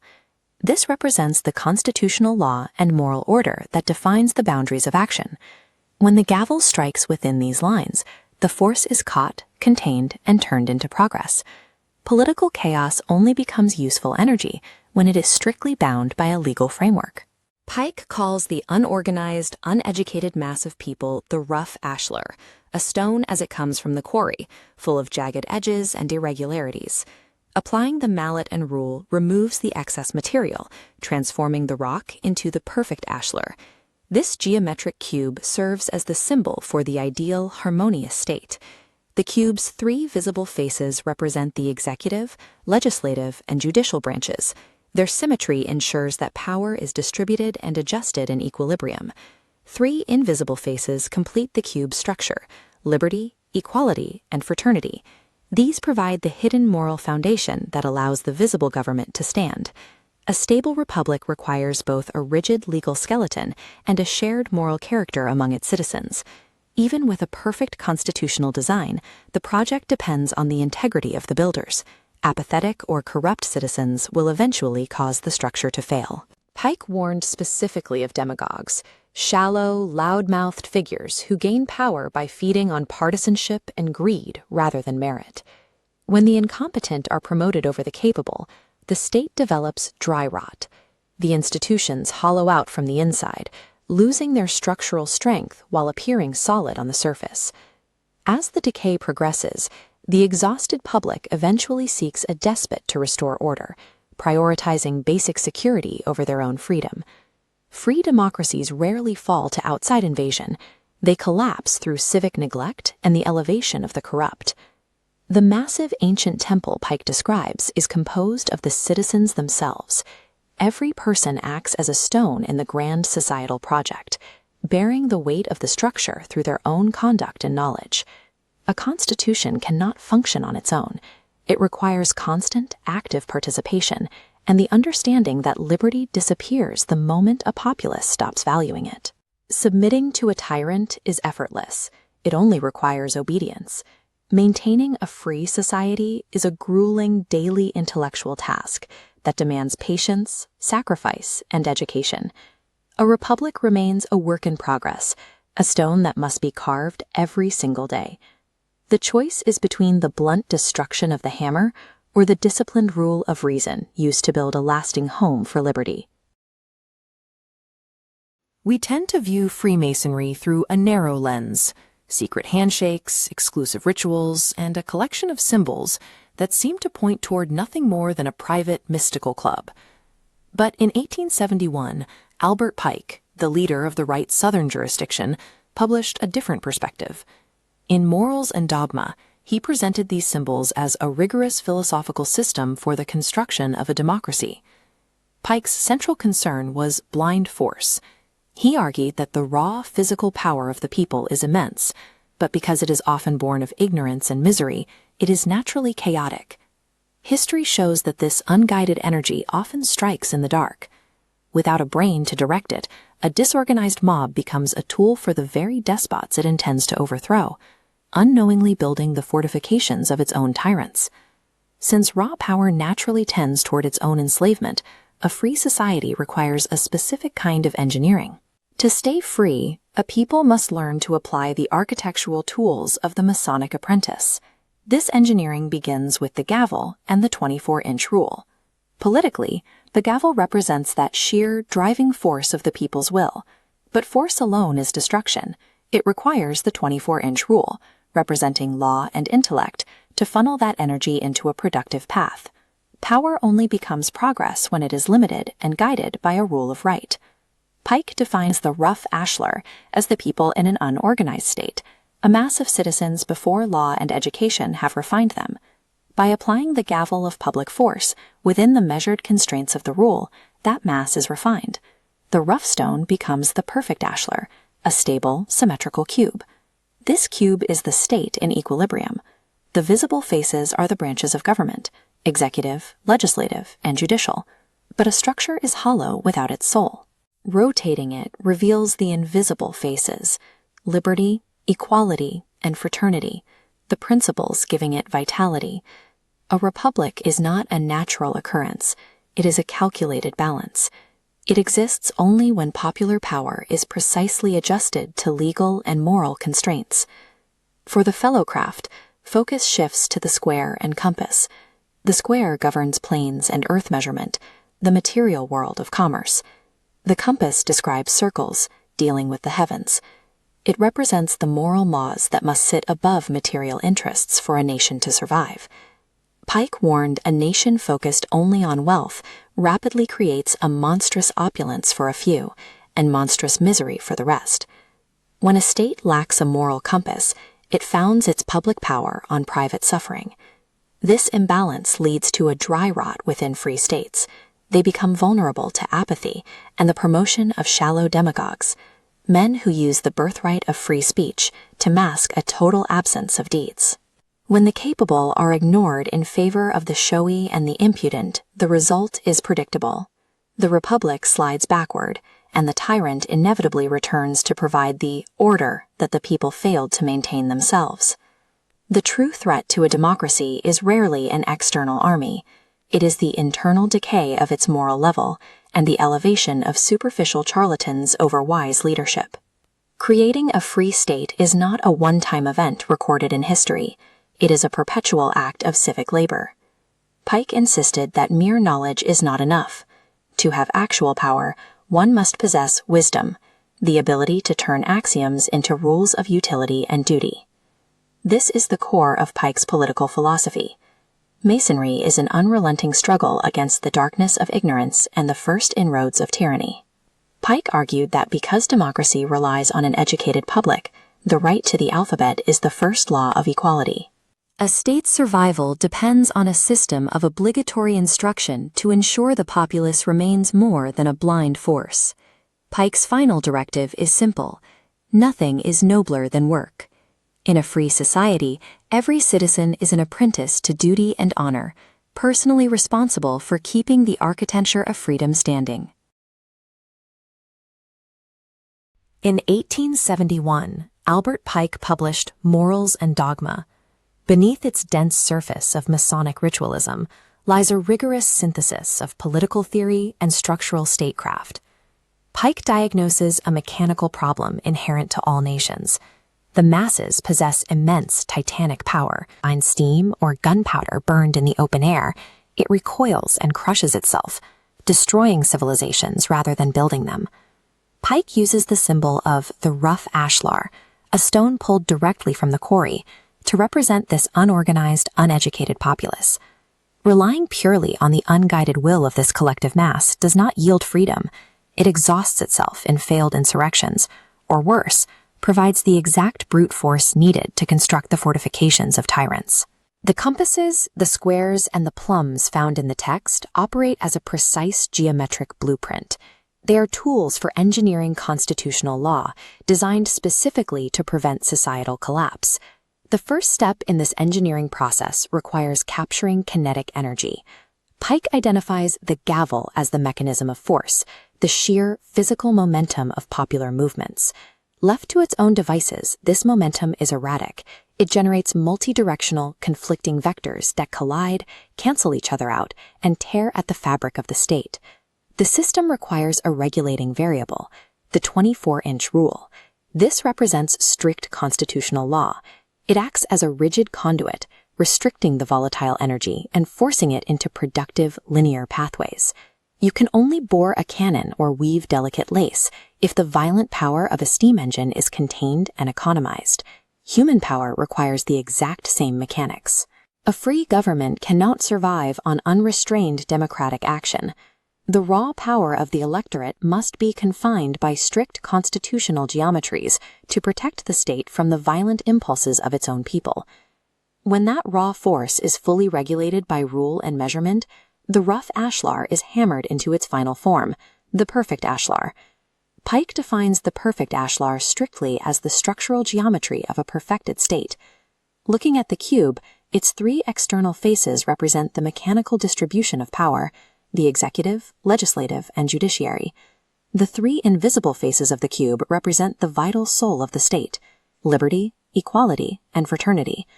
This configuration demands absolute equilibrium. If one branch seizes unauthorized power, the entire shape is compromised. A sustainable republic requires exact mathematical balance between its physical mechanisms of power and its foundational ideals. Without the ideals, the machine is dead. Without the mechanisms, the ideals collapse. Pike issues a warning. Free states naturally trend toward decay. This is driven not by deliberate malice, but by the inherent indolence of human nature.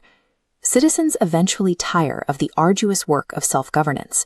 They abandon local duties, offloading their responsibilities onto a centralized bureaucracy. As the architecture sags, the selection of leaders deteriorates. The public begins to elevate the incapables, men who are showy, superficial, and impudent, chosen over those with quiet wisdom and solid intellect. This environment breeds the demagogue. Born directly from the apathy of a free people, the demagogue is simply the immediate predecessor to the despot. Pike draws a sharp distinction here between the dialectical believer, who merely thinks about political ideals, and the ethical believer, who actively executes them. Intellectual theory without physical action accelerates structural collapse. Pretending to hold an ideal while doing nothing to enforce it hollows out the state from the inside. The surrender of personal civic responsibility to centralized demagogues inevitably transforms the republic into a tyranny. The civic architecture is destroyed, requiring the violent cycle of history to begin all over again. The only countermeasure to democratic decay is a rigorous return to the foundational principles of the structure. The final architectural framework required to support the state rests on the columns of Jachin and Boaz. These are the twin pillars of duty. Jachin represents active, vivifying energy, the drive to assert rights and enact change. Boaz represents passive stability, the capacity for endurance, patience, and restraint. Both must bear equal weight. Together, they establish the strict boundaries of human conduct and political design. True civic duty follows a strict logical progression. Individual sovereignty must be maintained, but each citizen must make identical, equal concessions to form the common right. That common right then radiates outward, providing mutual protection for all. Civil liberty is not an inheritance. It is a constant physical labor. Work, and work alone, is the only. Masonic symbols like the compass and square represent a rigid, mathematical theory of statecraft, functioning with more precision than mere mysticism. Albert Pike detailed this theory in his comprehensive 1871 treatise, Morals and Dogma. Understanding this framework requires viewing the text as an uncompromising manual on political and sociological physics. Pike mapped the literal, physical laws of stonemasonry directly onto the abstract laws of human power. By reconstructing this esoteric blueprint, we can trace the exact mechanical steps required to build a republic and identify the structural flaws that guarantee its decay. The entire political equation rests on the interaction of two primary variables, force and reason. This framework allows us to diagnose the mechanical vulnerabilities built into every free democratic state. Pike defines the raw, unorganized energy of the populace as blind force. This energy behaves like high-pressure steam in an open environment, volatile and directionless. Left unconfined, this energy diffuses into the void, resulting only in random destruction or mob anarchy. In Masonic symbolism, this brute striking power is represented by the common gavel. To harness this power, the state requires a structural countermeasure, intellect, codified as constitutional law. The instrument representing this legal boundary is the 24-inch rule. When the raw force of the gavel is strictly bounded by the rule, it is converted into directed energy. Chaotic pressure becomes the engine of civic progress. Without these structural constraints, the energy of the people becomes a weaponized force. A despot can hijack this public force, stripping away constitutional law to enforce passive obedience through sheer might. Pike points to Rome as evidence. The immense strength of the people was diverted to prop up the sadism of emperors like Domitian or Caligula. Raw political energy without constitutional intellect serves only as the engine of civil destruction. These thermodynamic laws apply directly to the physical material of society. Masonry labels the uneducated populace the rough ashlar, a stone pulled from the quarry in its natural, unhewn state. To build a functional society, the force of the gavel and the measurement of the rule must strike away the irregular edges of this raw material. The ultimate goal is the perfect ashlar. This perfect geometric cube represents the finalized, highly calibrated state. Pike maps the three visible faces of this cube to the mechanics of government, the executive, the legislative, and the judicial branches. These faces must remain in mechanical equilibrium. A breach in their separated powers compromises the entire geometry. Rotating the cube reveals its three invisible faces: liberty, equality, and fraternity. These invisible tenets provide the vital soul and the driving intellect that keeps the physical branches of government functioning. A state prioritizing only its material mechanics eventually petrifies, leaving a hollow structure without its original purpose. A functional free state is an engineered equilibrium, requiring an exact balance between physical governance and invisible moral tenets. The Fellow-Craft realization centers on a specific priority. Man is supreme over his institutions and not subordinate to them. Yet Pike delivers a bleak diagnostic. Free democratic states possess an inherent gravitational pull towards structural decay. This institutional rot manifests as expanding stress fractures along the central axes of the state. The primary symptom is centralization. Local civic life is slowly surrendered to a distant central power. As the system fractures, the cube splits horizontally into rigid, disconnected layers. Pike calls this depositing citizens in strata. The art of government becomes an exclusive, disconnected bureaucratic guild. A citizenry nurtured in this apathy becomes overly reliant on a state bristling with pens and bureaucratic regulations. This civic vacuum opens the door for the demagogue. The demagogue hijacks the blind force of the mob, elevating the incapable and the superficial over true intellect. This mathematical decay ends in the complete collapse of the republic into absolute despotism. This cycle is historically inevitable for centralized states, as seen in absolute monarchs like Louis XIV, who treat their citizens as personal property. Democracies rot from within when bureaucratic apathy and demagoguery replace active civic intellect. Preventing this geometric collapse requires maintaining a specific macroequilibrium. This is represented by the dual pillars of the temple, Jachin and Boaz. One pillar represents active, vivifying energy, while the other provides stability and permanence. Both must bear the structure's weight equally. Pike's ultimate safeguard against tyranny is the aggressive enfranchisement of the intellect. This safeguard demands obligatory, gratuitous education and the elevation of actual genius to leadership. A republic operates like an intricate mechanical clockwork. To remain operational, it requires constant kinetic input, the active and continual exercise of all civic functions. Freedom is a volatile capacity, lost as quickly through neglect as it is through active misuse. Eternal vigilance, armed by intellect, remains the only valid countermeasure against the natural entropy of the state. Pike's stonemasonry leaves us with a rational ultimatum. We must continuously build our intellectual capacity, or the very architecture of our freedom will eventually crush us. History is a sequence of political explosions. When unregulated force hits a state, we see this: the kinetic energy of a crowd buckling a wrought iron gate, a structural failure that usually leads to ruin. In 1871, Albert Pike, Grand Commander of the Scottish Rite, published Morals and Dogma as a guide for his order. Pike utilized the opening chapters to construct a sophisticated manual on institutional design. He analyzed the state not through theology, but through the hard laws of statecraft. He recognized that popular revolutions almost inevitably transition into dictatorships. Without a containment system, the force of a rebellion has nowhere to go but toward a new tyranny. Pike's solution was equilibrium, a precisely engineered balance of institutional powers designed to keep a republic from self-destructing. In this framework, stability is a mechanical outcome. It requires treating human passions as volatile energies that must be scientifically managed to prevent a collapse.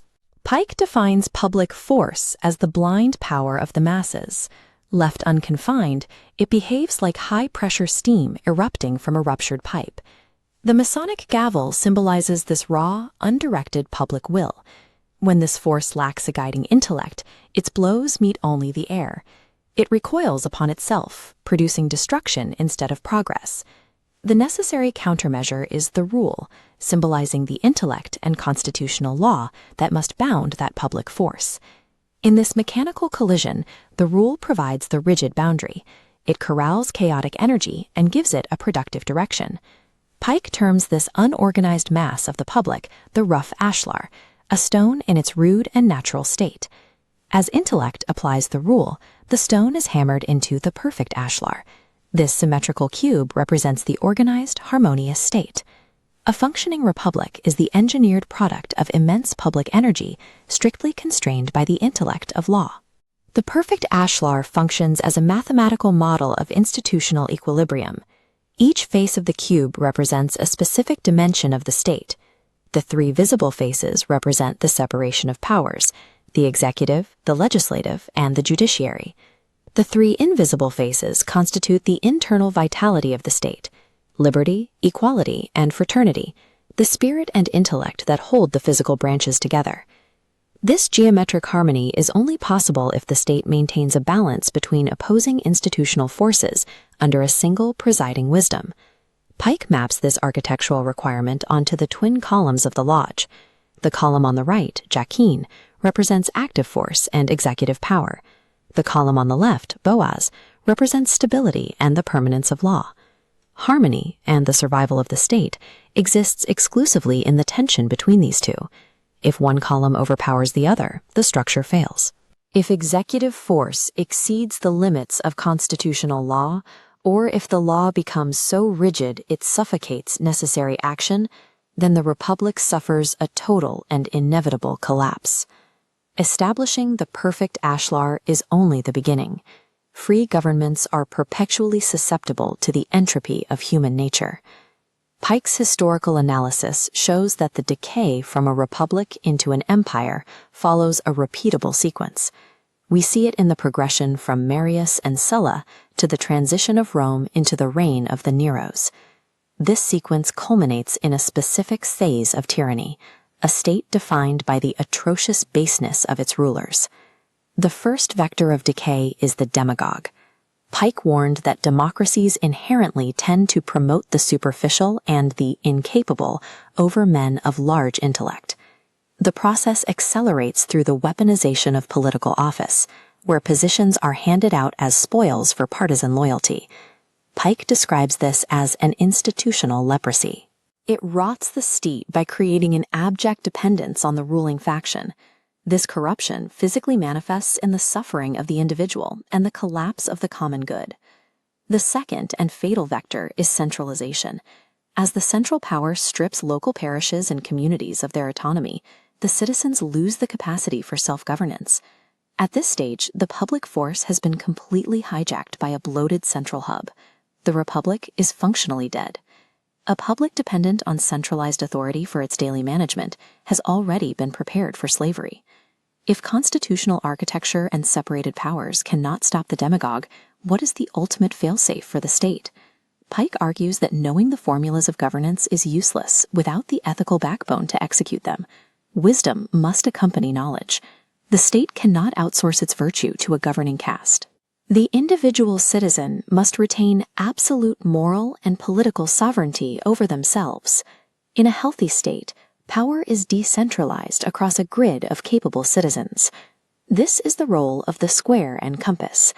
The square symbolizes the state's physical laws, while the compass circumscribes the individual's conduct. Together, they measure the citizen's health. Pike's text demands eternal vigilance and personal intellectual emancipation as the uncompromising prices of maintaining the equilibrium of a free world.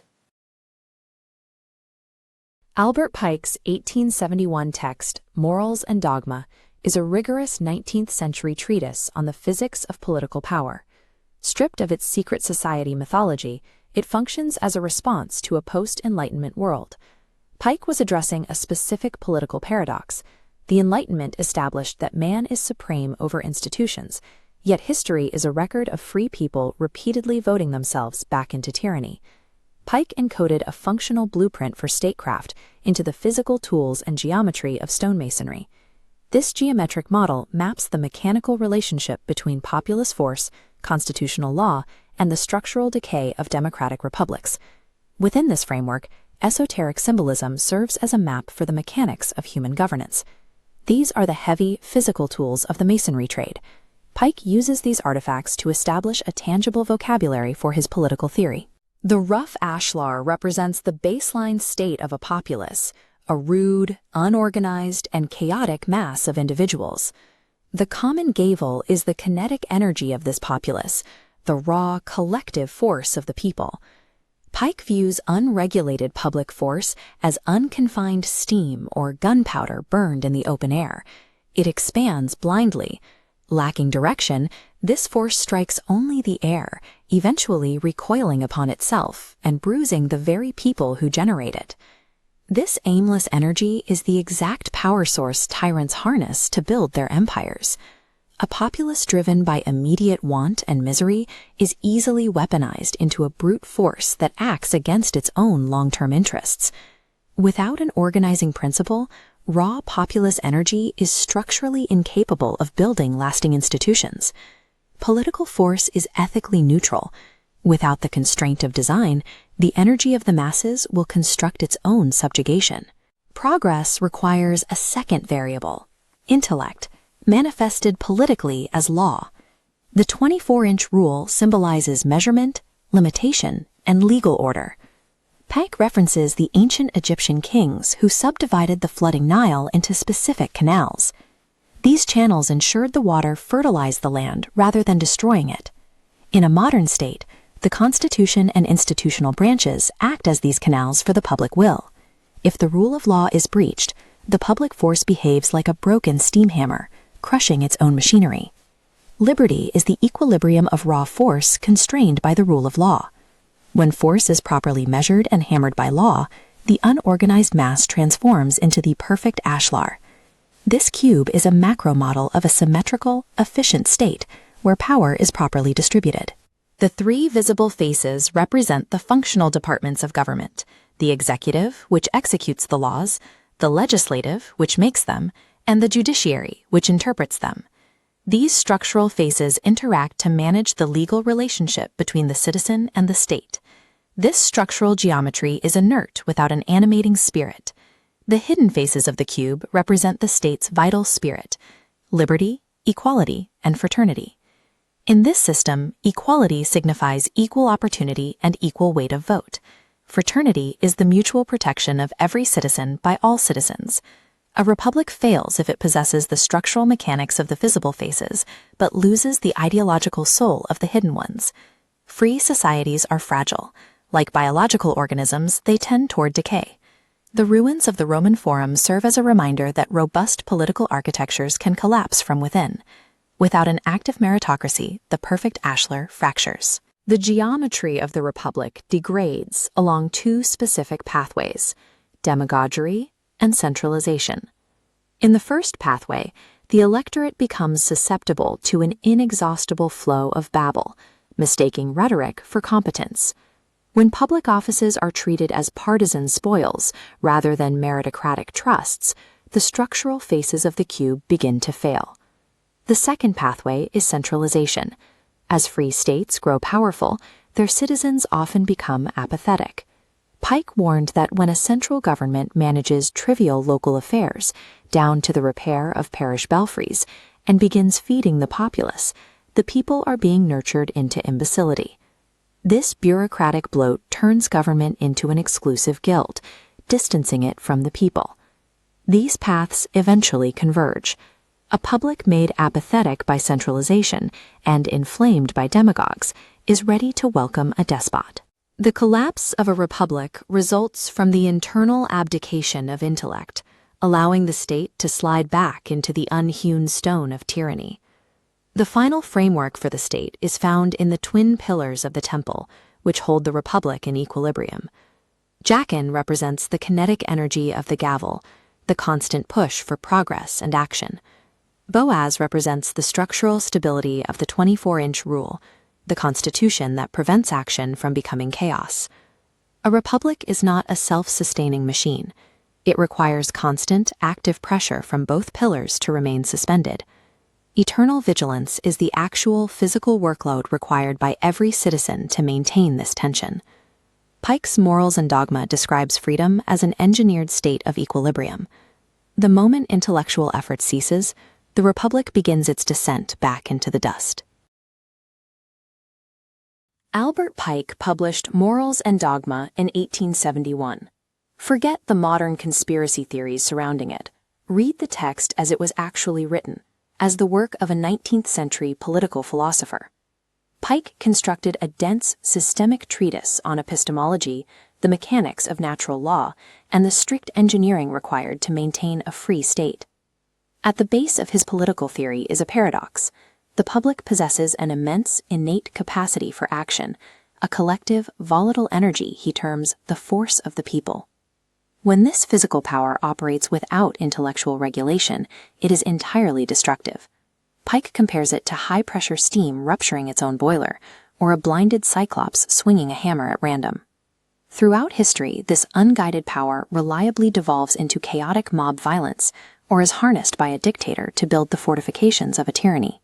To understand how Pike proposes to cage this volatility, we have to look past the Masonic veil and deconstruct his primary symbolic proofs. What emerges from Morals and Dogma is a calculus of liberty. It is a theoretical model where blind, destructive force is deliberately engineered into systemic equilibrium to sustain a free society. Pike's epistemology begins with an explicit rejection of surface-level interpretations. He dismisses the standard, polite definitions of Masonic tools as superficial. Pike defines the square strictly through the lens of plane geometry. It measures flat surfaces, representing the earth, material resources, and the tangible political realities of a state. The compass, conversely, describes circles and spherical trigonometry. It represents the heavens, the domain of the soul, and abstract philosophical intellect. This diagram illustrates Pike's demand for synthesis. The earthly grid and the celestial sphere must intermix for a state to function. A nation focusing entirely on the material grid becomes obsessed with commerce.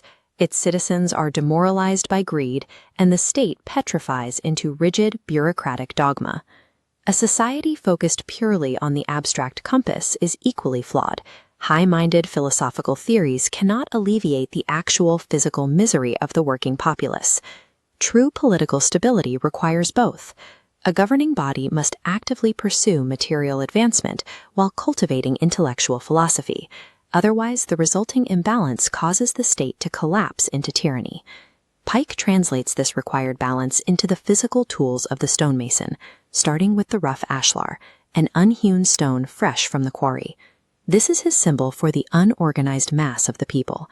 This unhewn mass possesses titanic brute force, but it lacks internal logic, structural utility, or any unified direction. Because it lacks organization, this chaotic force is easily weaponized. Absolute monarchs and despots harness the muscle of the populace to extract taxes, suppress dissent, and maintain total control over the very people providing the power. Pike's counter-symbol is the perfect ashlar, or the cubical stone. This represents the ideal, highly structured state. Pike's geometric proof for this cube maps its three visible faces to the mechanical departments of government: executive, legislative, and judiciary. The three hidden faces completing the shape represent the vital soul of the state: liberty, equality, and fraternity. To carve the rough ashlar into this perfect cube, the heavy blows of the gavel, representing popular will, must be strictly measured and restricted by the 24-inch rule, which represents constitutional law.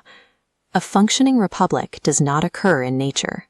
It is a highly engineered product that forces raw, unorganized human power into precise constitutional geometry. Pike treats the twin bronze pillars, Jachin and Boaz, as symbols of pure philosophical opposition. The right pillar, Jachin, translates from Hebrew to represent active, vivifying energy, firm uprightness, and forceful movement. The left pillar, Boaz, translates to passive stability, permanence, and rigid law. These 18-cubit bronze pillars illustrate perfectly matched opposing forces: justice and mercy, force and law.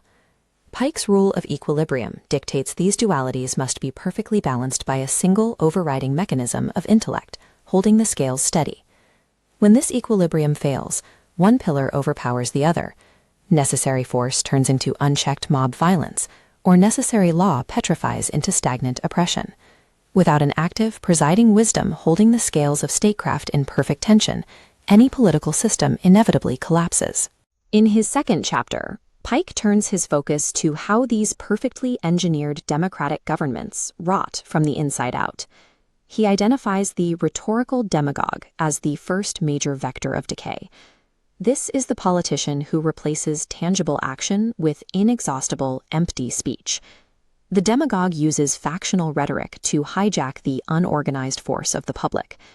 They mask their usurpation of power behind popular mandates, turning the public's energy against the republic's institutions. The second vector of decay is the slow, deliberate creep of centralization and the continuous expansion of the executive bureaucracy. Pike warns that a central power overly regulating local affairs treats the public like children. It nurtures imbecility and destroys the population's capacity for self-governance. This bureaucratic decay acts as a parasitic network. The center extracts power, resources, and agency from the local peripheries until they completely atrophy. Pike's mandatory countermeasure to both demagogues and bureaucracy is what he calls the franchise of the intellect. Citizens must be elevated to office based on strict merit and solid learning, rather than factional loyalty or superficial rhetoric. A free republic cannot survive on autopilot. It requires the continuous, vigilant intellectual participation of its citizens to actively fight off bureaucratic rot and populist hijackers. By bringing all of Pike's isolated conceptual symbols together, we can construct his final, unified philosophical engine of the state. The perfect ashlar, the geometric cube, stands as the ultimate idealized goal of a constitutional society. This idealized state must be caught in equilibrium between the active and passive forces of human nature, represented by the two pillars. It rests upon a black and white mosaic pavement, symbolizing a foundation of perpetual conflict between light and dark, freedom and tyranny. This synthesis reveals Pike's core truth. Liberty is never a default passive state of nature. It is a highly unstable architectural achievement that requires constant, deliberate calibration. The ultimate imperative placed upon the individual is that theoretical knowledge of geometry, balance, and philosophy is completely worthless without ethical, tangible political action. Citizens must endure the friction of public life, actively pushing back against the apathy of the masses and the ambitions of the elite. Morals and Dogma stands as a stark 19th century warning. Free governments are inherently fragile. They are sustained only when the brute force of the populace is bound by constitutional geometry and guarded by the active wisdom of its citizens.